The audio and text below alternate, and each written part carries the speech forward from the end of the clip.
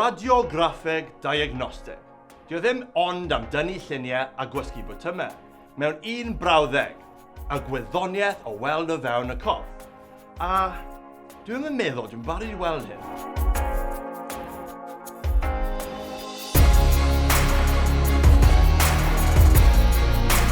Felly, pam y cwrs hyn? Pam nes I dewis I astudio hyn? Gen I fi ddiddordeb mawr mewn gwyddoniaeth a gwyddoniaeth meddygol. Iawn. Mae gen I gradd o blaen yn engineering, sound engineering. Iawn. Ac oedd dwi'n gallu defnyddio hynna dipyn bach yn y radiograffeg diagnostig. So oedd o'n ticio bob box. All our students here, we're very lucky, we have 100% employment at the end of the course. Everybody always finds a job.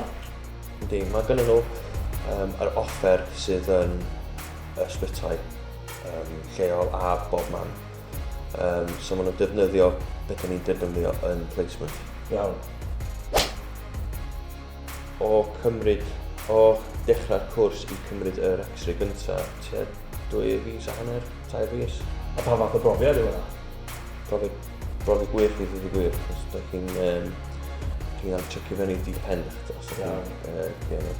Felly mae angen ymdopiau sefyllfa yn eitha gloi iawn. O, yndi. Ond mae'n profiad da, I ddweud y gwir, I'n dechrau fel yna. Dwi wedi clywed am cwrsau eraill sydd ddim yn gwneud hynna o gwbl. At the moment in radiography, it's a really good career path to get into. There are lots of opportunities for advanced practice. There's lots of opportunities for radiographers at the moment to develop themselves.